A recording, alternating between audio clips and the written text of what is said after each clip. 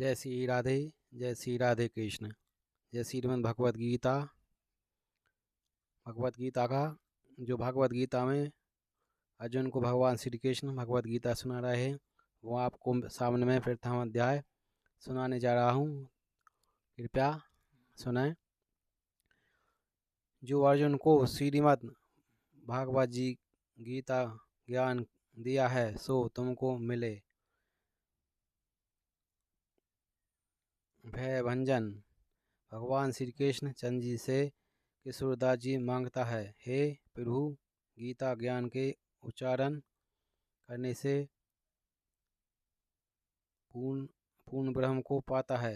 हे प्रभु, मैं आपकी शरण में पड़ा हूँ। किशोरदास। और श्री कृष्णदास जी दीन गरीब है और आप कैसे हो जो संतों की विनय को मान लेते हो। हे कमला वल्लभ श्री कृष्ण भगवान जी, हे कृपा निधान जी, तेरे संतों एवं भक्तों के वास्तव में यह गीता ज्ञान भाषा में कहता हूँ।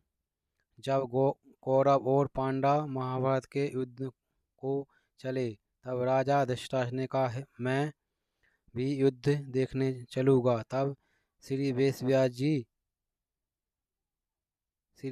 व्यास जी बोले, हे राजन, नेत्रों के बिना कैसे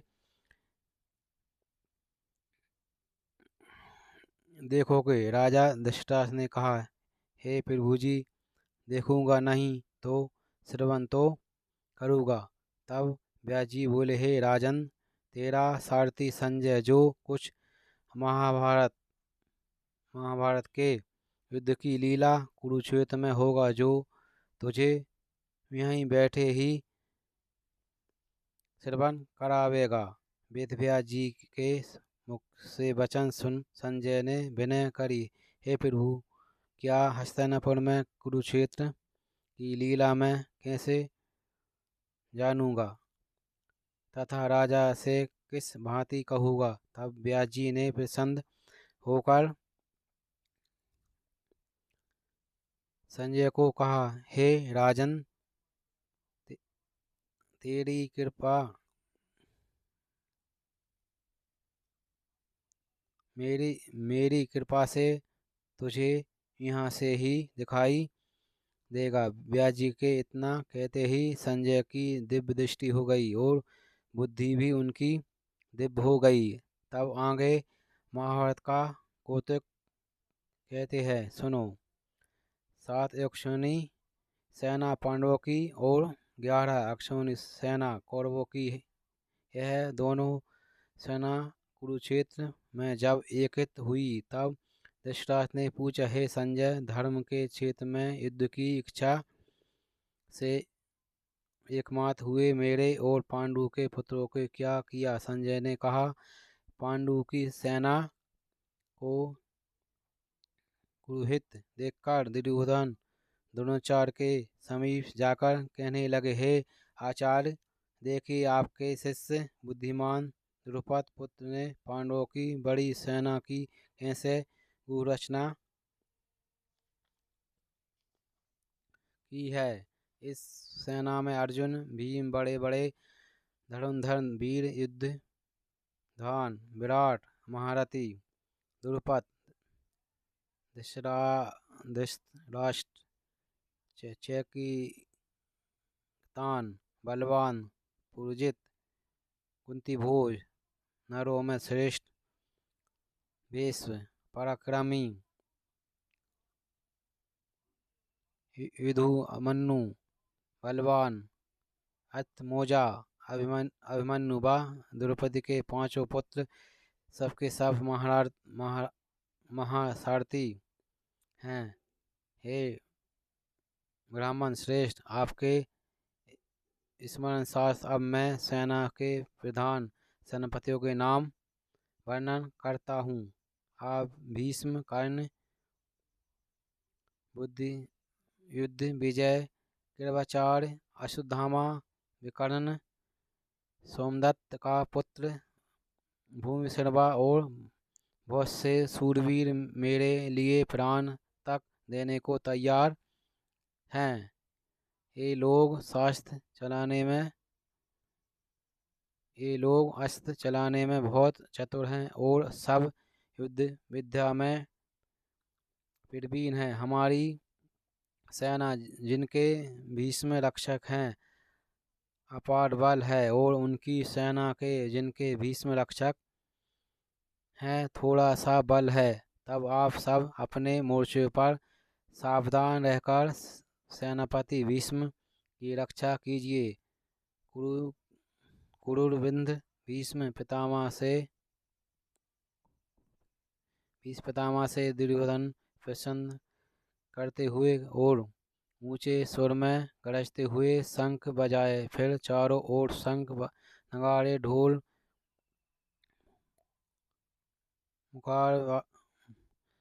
गौ-मुखार आदि अनेक बाजे बजने लगे, जिनका बड़ा भयंकर शब्द हुआ।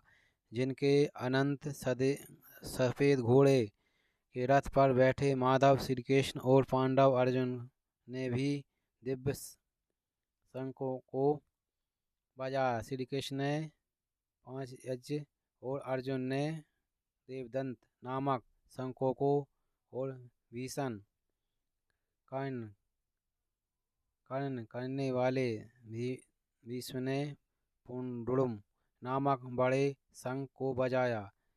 कुंतीपुत्र धर्मराज युधिष्ठिर ने अनंत विजय, नकुल ने सुघोष, सहदेव ने मणि पुस्तक तथा महान धनुर्धर काशीराज शिखंडी, धृष्टद्युम्न, विराट, अपराजित, सात्यकी राजा द्रुपद और द्रौपदी के 5 पुत्र तथा महाबाहु अभिमन्यु, इन सब वीरों ने अपने अपने शंखों को बजाया। उन शंखों की भारी शब्द से आकाश और पृथ्वी गूंज उठी और धृतराष्ट्र के पुत्रों में हृदय में कांप उठे। और हे राजन, अर्जुन ने कौरवों को युद्ध के लिए प्रस्तुत देखकर श्री कृष्ण से कहा, हे अच्युत, मेरा रथ दोनों सेनाओं के बीच में खड़ा कीजिए, जिससे मैं युद्ध करने वालों को देख लूं कि इन रणभूमि में मुझे किन किन के साथ युद्ध करना चाहिए। दुर्बुद्धि दुर्योधन ने प्रीति करने वाले जो संग्राम के लिए यहाँ एकत्रित हुए हैं उनको देख सकूं। संजय कहने लगे, हे राजन, अर्जुन की बात सुनकर श्री कृष्ण ने भीष्म, द्रोण आदि वीरों के सामने उत्तम रक्त को खड़ा करके कहा, हे वीर, संग्राम के लिए उद्धव उन कौरवों को देख लो। अर्जुन ने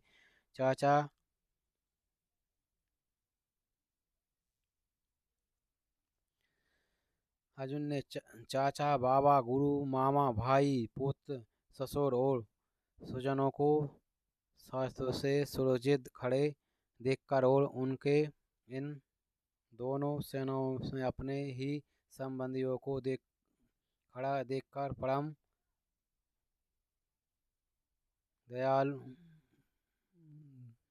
दयालु हो अत्यंत खेद को साथ यह वचन कह रहे हैं, कृष्ण संग्राम की इच्छा से आए।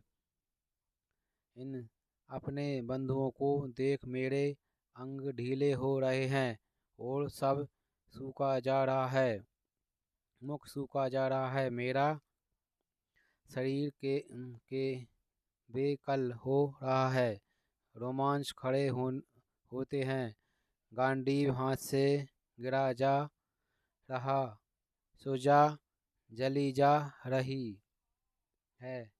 हे केशव, मुझको खड़े रहने की सामर्थ्य नहीं है, मेरा मन चक्कर खा रहा है और सब लक्षण मैं उल्टे देख रहा हूँ, और संग्राम में स्वजनों का वध करके कोई लाभ भी नहीं होगा। और हे कृष्ण, मैं जीतकर राज का सुख भी नहीं चाहता हूँ। हे प्रभु, हमको राज भोग और जीवन में क्या काम है, क्योंकि जिनके लिए राज भोग और सुख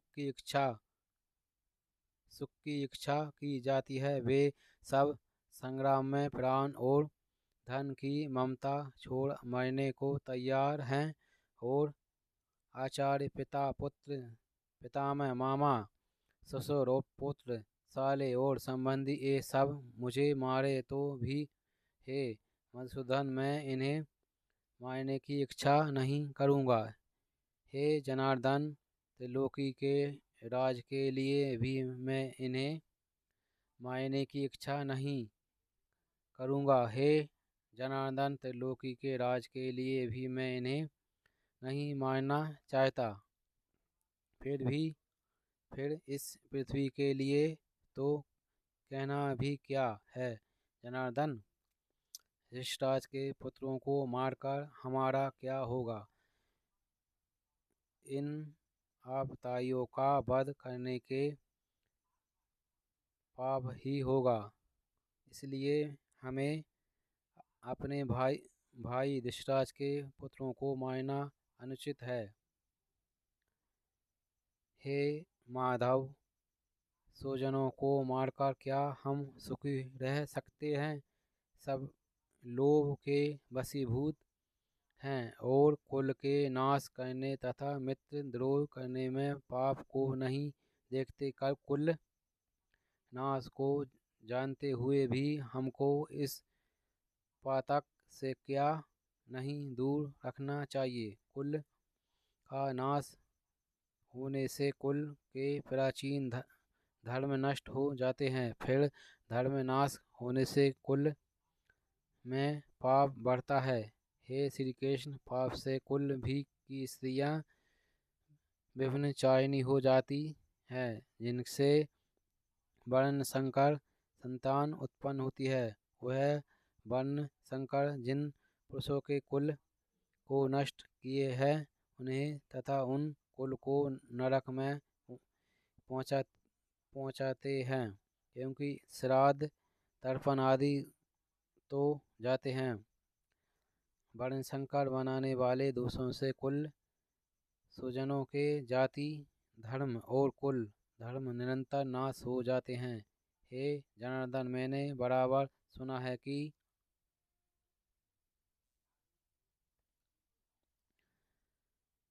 कुल धर्म नष्ट होने से निश्चय नरक वास करना होता है।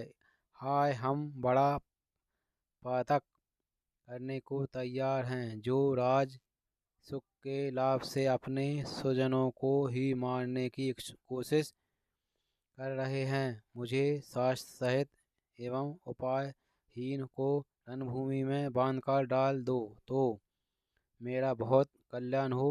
संजय ने कहा, हे राजन, यह कहकर अत्यंत दुखित होकर अर्जुन ने उसी समय धनुष बाण फेंक दिए और रथ के पिछले भाग में जा बैठे। अब आप प्रथम अध्याय का महत्व जानें। माँ पार्वती शंकर जी से कह रही हैं, एक समय पार्वती जी ने पूछा, हे महादेव जी, किस ज्ञान के बल से आपको संसार के सब लोग शिव कहकर पूछते हैं? मेघछाला ओढ़े, सब अंगों के शमशानों की विभूति लगाए, गले में सर्प और नरमुंडों की माला पहने हुए हैं, इनमें तो कोई भी पवित्र नहीं। फिर आप किस ज्ञान के पवित्र माने जाने से यह आप कृपा कर कीजिए। श्री महादेव जी बोले, हे प्रिय, सुनो गीता ज्ञान को हृदय में।